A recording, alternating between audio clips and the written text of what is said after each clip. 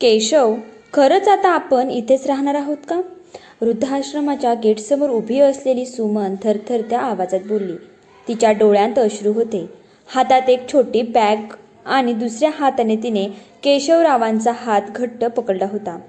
केशवराव काहीच बोलले नाहीत. समोर मोठ्या अक्षरांत लिहिलं होतं, आश्रय वृद्ध निवास. क्षणभर त्यांनी मागे वळून पाहिलं.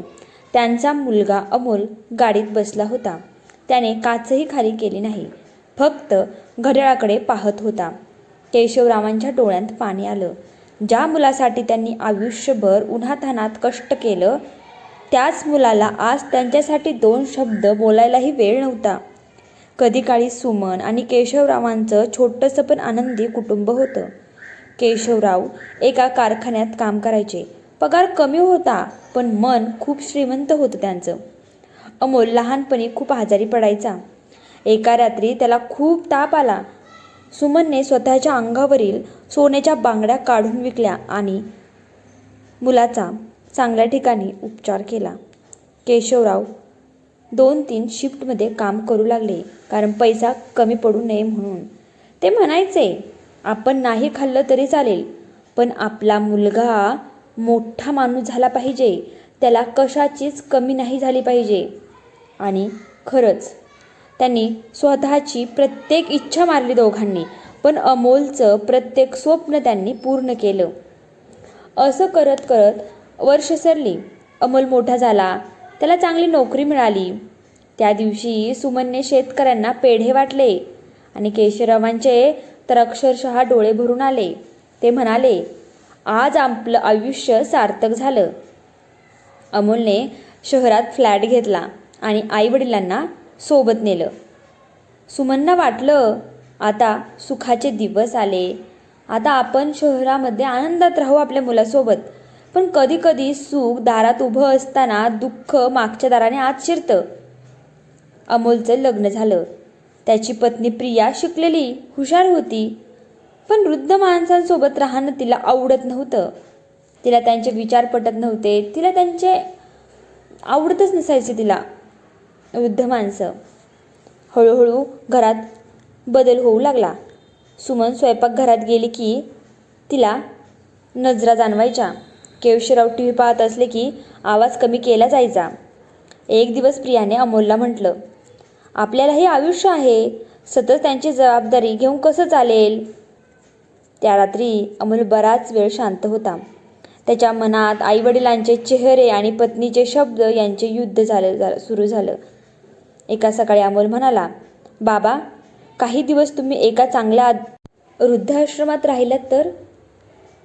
सुमनच्या हातातून चहाचा कप खाली पडला. तिला वाटलं तिने चुकीचं ऐकलं. केशवराव काही क्षण शांत राहिले. मग फक्त एवढंच म्हणाले, ठीक आहे बाळा. सुमन मात्र रात्रभर रडत राहिली. ती पुन्हा पुन्हा म्हणत होती, मी त्याला 9 महिने पोटात ठेवलं. आज मी त्याच्या घरातच परकी झाले. वृद्धाश्रमात अनेक आईवडील होते. प्रत्येकाच्या चेहऱ्यावर एकच प्रश्न होता, आपण इतके नकोसे कसे झालो? सुमन रोज संध्याकाळी गेटकडे पाहायची, कारण तिला वाटायचं आज अमोल येईल. पण असे खूप दिवस गेले, खूप आठवडे गेले, महिने गेले. अमोल आला नाही. फक्त एक दिवस सुमनने तिच्या बॅगेतून अमोलचा लहानपणीचा फोटो काढला. तिने तो तिच्या छातीशी धरला आणि खूप रडली. एका दिवशी ऑफिसमध्ये अमोलला अचानक तीव्र छाती दुखू लागलं आणि तो बेशुद्ध पडला. त्याला रुग्णालयात दाखल करण्यात आलं. शुद्धीवर आल्यावर डॉक्टर म्हणाले, तणाव खूप वाढला आहे, स्वतःची काळजी घ्या. त्या रात्री तो एकटाच बेडवर पडला होता आणि अचानक त्याला आठवलं, लहानपणी तो आजारी पडला की तेव्हा सुमन त्याच्या डोक्यावर रात्रभर हात फिरवत बसायची. अख्खी रात्र ती त्याच्यासाठी जागून काढायची. केशवराव त्याच्यासाठी रक्तदान करायला धावत गेले होते. त्याच्या डोळ्यांत पाणी आलं. रुग्णालयातून घरी आल्यावर तो आईवडिलांची खोली उघडून आत गेला. त्यांची खोली रिकामी होती. पण तिथे एक छोटी डायरी पडली होती. ती डायरी सुमनची होती आणि त्यात लिहिलं होतं, देवा, आमचा अमोल कायम सुखी राहू दे. त्याने आम्हाला दूर केलं तरी आम्ही त्याच्यावर रागावू शकत नाही, कारण आईवडिलांचं प्रेम कधी कमी नाही होत. आणि अमोल जोरात रडू लागला. त्याला पहिल्यांदा स्वतःचा तिरस्कार वाटला. आणि दुसऱ्याच दिवशी तो वृद्धाश्रमात पोहोचला. सुमन बागेत बसली होती. अमोलला पाहताच तिचे डोळे चमकले. तो धावत गेला आणि तिच्या पायांवर डोकं ठेवलं आणि म्हणाला, आई, मला एकदा माफ कर गं. मी खूप मोठी चूक केली. केशवरावांच्या डोळ्यांतही अश्रू होते. सुमनने थरथरत्या हाताने त्याच्या डोक्यावर हात ठेवला.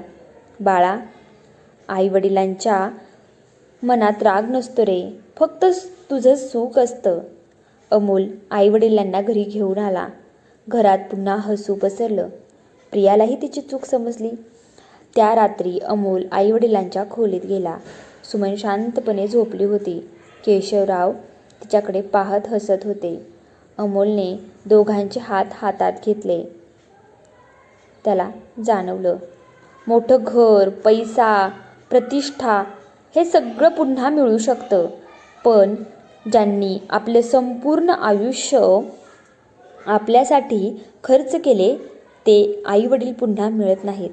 आणि त्या दिवसापासून घरात एक नियम झाला. जेवणाच्या ताटात पहिला घास आईवडिलांचा आणि प्रत्येक आनंदात पहिला हक्कही त्यांचाच. कारण ज्या हातांनी आपल्याला चालायला शिकवलं त्या हातांना शेवटच्या वळणावर आधार देणं ही जबाबदारी नाही, ती माणुसकी आहे.